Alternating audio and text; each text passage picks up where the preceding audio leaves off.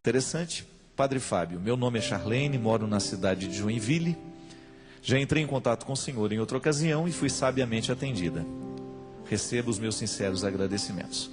Padre, o que me levou a entrar em contato com o senhor mais uma vez é lhe solicitar uma opinião sobre duas questões. A primeira refere-se à nova ciência conhecida por logosofia, a qual tem a prerrogativa uma nova forma de sentir e conceber a vida, pautada entre outros objetivos na busca pela evolução consciente do homem e o conhecimento de si mesmo, implicando num domínio pleno dos elementos que constituem o segredo da existência de cada um. Como entender, padre, essa ciência a partir da visão cristã? E a segunda pergunta refere-se à psicologia enquanto ciência destinada aos estudos dos processos mentais e do comportamento humano. Como conciliar a ideia científica de que o ser humano é capaz de modificar sua maneira de ver a vida, seu comportamento, motivado analiticamente a um olhar sobre si mesmo, sobre seus erros, personalidade, potencialidades, sendo também cristã e acreditando que a mudança gerada dentro de nós não depende somente de nós, mas também da força que vem de Deus. Charlene, obrigado. Muito inteligente sua pergunta. Eu começo então com essa primeira questão, a logosofia. Logosofia é uma espécie de filosofia, né? Logos, sofia, ciência, né? O estudo, o termo logos, ele está muito associado ao conhecimento, à palavra, ao espírito. E é importante que a gente tenha uma consciência de que todas essas ciências novas que são muito frutos dessa nova era, e nova era aqui no sentido claro, né? Vamos entender bem o sentido de tudo isso que é próprio dos nossos tempos, desta onda de misticismo que está surgindo e que se coloca muitas vezes numa perspectiva muito cristã, mas ao mesmo tempo muito complexa, muito misturada. Então a gente precisa tomar muito cuidado para que o nosso cristianismo não se misture, a gente não perca a identidade no meio de tudo isso. O que é importante dentro dos princípios da logosofia, por exemplo? O autoconhecimento, que é uma perspectiva muito interessante. Conhecer a si mesmo é um passo importantíssimo que nós damos para que o nosso agir seja mais consciente. Eu me recordo que na Sagrada Escritura há uma passagem que diz que nós precisamos pedir a Deus sempre a graça de trazer à consciência aquilo que em nós está obscuro. O inconsciente, a psicologia nos ajuda a entender, é uma força atuante dentro de nós. Nós muitas vezes temos ações conscientes, que são aquelas que você sabe por que você faz, e você tem ações inconscientes, que são aquelas que você não sabe muito bem a razão de estar agindo daquela forma. Dentro da logosofia existe uma perspectiva de que nós precisamos tomar cada vez mais posse do que nós somos, por meio da reflexão, por meio da meditação, para que nós tenhamos um equilíbrio pessoal, para que nós saibamos conhecer as nossas atitudes, conhecer bem as intenções das nossas atitudes. Isso é importante. E isso não é da logosofia não, viu minha filha? Isso é cristianismo. Jesus o tempo todo nos convidou, eles é que pegaram do cristianismo. O tempo todo o cristianismo é uma proposta de vida interior. Tem toda aquela dinâmica nas cartas de São Tiago, né? O que me revela como cristão? As minhas obras ou é a minha fé?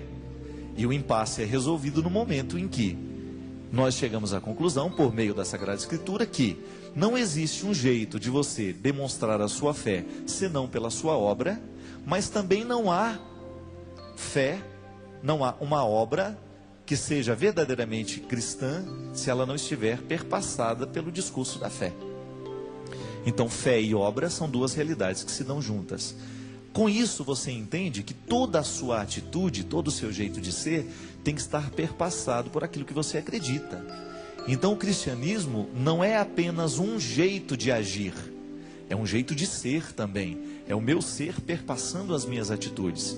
E toda vez que eu lanço luzes sobre o meu jeito de ser, eu automaticamente melhoro o meu jeito de agir. É uma constante. Nós precisamos o tempo todo buscar o processo da consciência. E é bonito a gente pensar que toda a ação de Jesus é uma ação de acender luzes. É fazer o escuro perder a sua força. Quando a gente está no escuro, por exemplo, nós temos dificuldade de localizar as coisas. A gente se perde, não é verdade? Toda vez que você está dentro de um quarto escuro, você tem dificuldade de andar. A vida psíquica é a mesma coisa. Se nós estamos agindo demais por processos inconscientes, se a minha ação hoje ela for muito motivada por motivos inconscientes, eu corro o risco de ter uma ação, muitas vezes, desequilibrada. São aquelas coisas que a gente não consegue mudar em nós. É como ter medo. Por que eu tenho medo de determinada realidade? Não sei, e não adianta tentar explicar, porque aquilo é um motivo inconsciente.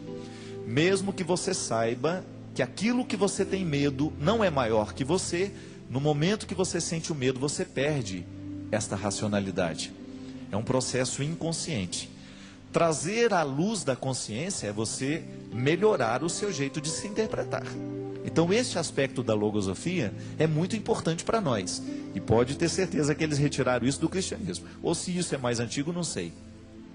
O que nós podemos dizer é que como cristãos, nós estamos o tempo todo buscando o equilíbrio. É claro que existem essas perspectivas, gente, que são anteriores ao cristianismo. Jesus também foi influenciado por muitas culturas.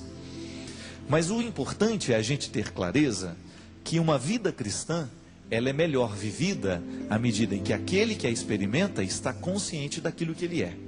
E isso para nós é muito importante. Em relação à sua segunda pergunta, quando você disse que analiticamente uma pessoa pode pode viver um processo de superação das suas dificuldades, como conciliar essa história de que a psicologia pode nos conduzir a um processo de melhora, se nós precisamos acreditar que Deus é que nos melhora? Aqui é uma questão teológica que ajuda a gente a resolver bem essa questão. Na teologia da graça, nós entendemos que tudo o que é realidade humana, tudo aquilo que é naturalmente humano, bom, podemos dizer assim, é porque já está motivado, já está sendo gerado por uma outra realidade que nos antecede. De maneira que a minha capacidade de amar já é fruto de um amor que me amou primeiro. A minha capacidade de perdoar já é fruto de um perdão que me perdoou primeiro. Então veja bem, você tem a natureza e você tem a graça que antecede essa natureza. A graça de Deus é aquele rastro do sagrado, é aquele carimbo de Deus na criatura humana. E esse carimbo ninguém retira não, minha gente. Esse amor de Deus pela criatura humana é um amor de devolução, é um amor que está preenchendo a criatura humana. Quando uma pessoa, por exemplo, vive um processo de desagregação, a graça está negada, a graça está perdida ali aquela pessoa, ela tem todo um potencial, mas ela não está usando o potencial que tem, porque ela está fazendo escolhas erradas, alguém fez escolhas erradas, traumatizou, uma série de coisas ruins aconteceu com aquela pessoa. Então a graça perdeu a sua força, por causa da natureza, porque a graça supõe a natureza. Eu não tenho como demonstrar o amor de Deus na vida de uma pessoa se eu não a amo humanamente falando. É como você chegar e pregar e pregar e pregar, mas você não dar o seu testemunho de que aquilo já aconteceu em você. A graça de Deus precisa da realidade humana, ela solicita a realidade humana. Então quando nós vamos atrás de um psicólogo, um bom psicoterapeuta, que tenha princípios cristãos honestos, uma pessoa de bem, do bem, uma pessoa que seja um bom profissional, ela vai humanamente ser a voz de Deus a nos ajudar a encontrar o caminho. Cada vez que nós superamos um trauma, uma neurose, Deus está acontecendo em nós, o processo religioso está se dando. É a graça de Deus ganhando seu espaço em nós. Então por isso que é muito importante, o processo terapêutico é processo de Deus em nós. Nós não podemos dizer que a psicologia não está a favor da religião, muito pelo contrário. Uma boa psicologia aplicada, ela é naturalmente religiosa. Por quê? Porque ela faz com que o ser humano se equilibre. Qual que é o princípio fundamental da religião? Aliviar a existência humana, é trazer equilíbrio à existência humana. A gente, quanto mais religioso a gente é, mais equilibrado a gente precisa ser. A consequência da religião em nós é o nosso equilíbrio, é a gente superar as nossas mazelas, é a gente superar o nosso orgulho, é a gente superar a nossa vaidade, a gente superar o nosso medo, a gente superar os nossos ciúmes. Processos de Deus em nós. O processo de Deus na vida humana passa pelos humanos o tempo todo. E é bonito a gente pensar isso. Por isso, Arlene, não existe uma oposição. Se você tem uma ajuda terapêutica, e essa ajuda terapêutica ela está lhe fazendo verdadeiramente bem, você pode ter certeza que Deus está agindo através desse psicoterapeuta, agindo através dessa pessoa. Mesmo porque Deus nos quer equilibrados, Deus nos quer bem. Deus quer fazer a nossa vida cada vez ser mais equilibrada, mais feliz. É para isso que nós indicamos muitas vezes. Uma pessoa precisa de uma ajuda terapêutica. Por quê? Existem tantas coisas que nos aprisionam. Você mesmo. Quantas vezes você percebeu que você estava amarrado? Você não ia nem para frente nem para trás. Por causa de neuroses. Por causa de coisas ruins que você tinha dentro de você. E uma ajuda, de repente uma pessoa chegou, não precisa ser psicólogo não. Às vezes uma pessoa que tem um conhecimento bom sobre você, alguma pessoa que já te conhece na intimidade, vem, te diz alguma coisa, te alerta para aquele seu comportamento, você modifica aquele comportamento, começa a agir diferente e daqui a pouco você se sente melhor. Aconteceu um processo de cura em você. Claro, aquela pessoa só pode lhe ajudar porque Deus lhe deu antes de qualquer coisa a ajuda necessária. Nós acreditamos assim. Nós que somos cristãos acreditamos. O bem que eu realizo é uma consequência do bem que já está em mim. Santo Agostinho dizia de maneira muito bonita: amou-nos para que nós tivéssemos o amor com que amar. Então Deus me dá de presente aquilo que eu sou. E Ele me dá para que eu devolva. Como é que eu devolvo o que eu sou para Deus? Fazendo o bem ao outro. Não é retendo para mim, não. Aquilo que Deus, por isso que chama dom. É para ser, eu recebi e a Ele devolvo. Mas devolver a Deus, eu devolvo pela força dos meus irmãos, pela minha relação com os meus irmãos. Quando você é caridoso com o irmão seu, você está devolvendo a Deus o amor que Ele lhe deu. Ele lhe deu o amor para que você amasse, não é para que você trancasse dentro de você. E você não pode negar que no momento que você ama aquele seu irmão que você tem dificuldade, você está sendo melhorado como pessoa. Se você odeia, se você prefere odiar, você não vai conseguir melhora nenhuma. Porque a gente não melhora nada quando a gente odeia alguém. A gente não cresce como pessoa no momento em que nós odiamos alguém. Mas se você faz um esforço para não odiar, e você coloca amor no lugar do ódio, você pode ter certeza que o seu coração ficou melhor com aquele movimento humano que você fez. Só que foi Deus que lhe motivou a fazer isso, porque foi Ele que lhe deu condições para isso. Você foi dado, você não fez esforço para receber o que você recebeu. O esforço que você faz é para administrar o que você recebeu. Nós não fazemos esforço para receber os dons que a gente recebeu. A gente faz esforço para desenvolver os dons que nós recebemos.